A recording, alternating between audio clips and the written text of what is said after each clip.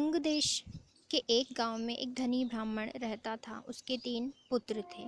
एक बार ब्राह्मण ने एक यज्ञ करवाना चाहा। उसके लिए एक कछुए की जरूरत हुई। उसने तीनों पुत्रों को कछुआ लाने के लिए कहा। वे तीनों पुत्र समुद्र पर जा पहुँचे। वहाँ उन्हें एक कछुआ मिल गया। बड़े ने कहा, मैं भोजन चंक हूँ, इसलिए कछुए को नहीं छूऊंगा। मंझला बोला, मैं नारी चंक हूँ, इसलिए मैं इसे नहीं छूऊंगा। सबसे छोटा बोला, मैं शिया चंग हूँ, सो मैं नहीं ले जा पाऊंगा। वे तीनों इसी बहस में पड़े रहे कि उनमें कौन बढ़कर है। जब वे आपस में इसका फैसला ना कर सके तो राजा के पास पहुँचे। राजा ने कहा, आप लोग रुकें, मैं तीनों की अलग अलग जांच करूँगा। इसके बाद राजा ने बढ़िया भोजन तैयार करवाया। तीनों खाने बैठे। सबसे बड़े ने कहा, मैं खाना नहीं खाऊंगा, इसमें मुर्दे की गंध आती है। वह उठकर चला गया। राजा ने पता लगवाया तो मालूम हुआ कि वह भोजन शमशान के पास के खेत में बनाया था। राजा ने कहा, तुम सचमुच भोजन चंक हो, तुम्हें भोजन की पहचान है।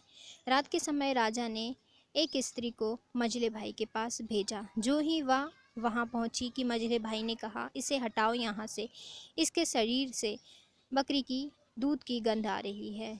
राजा ने यह सुनकर पता लगाया तो मालूम हुआ कि वह स्त्री बचपन में बकरी के दूध से पली बड़ी थी।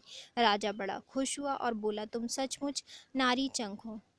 इसके बाद उसने तीसरे भाई को सोने के लिए 7 गद्दों का पलंग दिया। जैसे ही वह उस पर लेटा कि एकदम चीख कर उठ बैठा। लोगों ने देखा, उसकी पीठ पर एक लाल रेखा खिंची थी। राजा को खबर मिली तो उसने बिछुए को दिखवाया। 7 गद्दों के नीचे उसमें एक बाल निकला। उसी से उसकी पीठ पर लाल लकीरें हो गई थी। राजा को बड़ा अचरज हुआ। उसने तीनों को 1-1 लाख अशर्फियाँ दी। अब वे तीनों कछुओं को ले जाना भूल गए, वहीं आनंद से रहने लगे। इतना कहकर बेताल बोला, हे राजन, तुम बताओ उन तीनों में बढ़कर कौन था।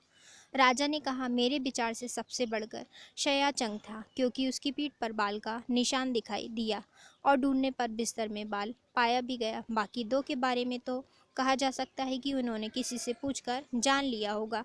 इतना सुनते ही बेताल फिर पेड़ पर जा लटका। राजा लौटकर वहां आया और उसे लेकर लौटा तो उसने अगली कहानी सुनाई।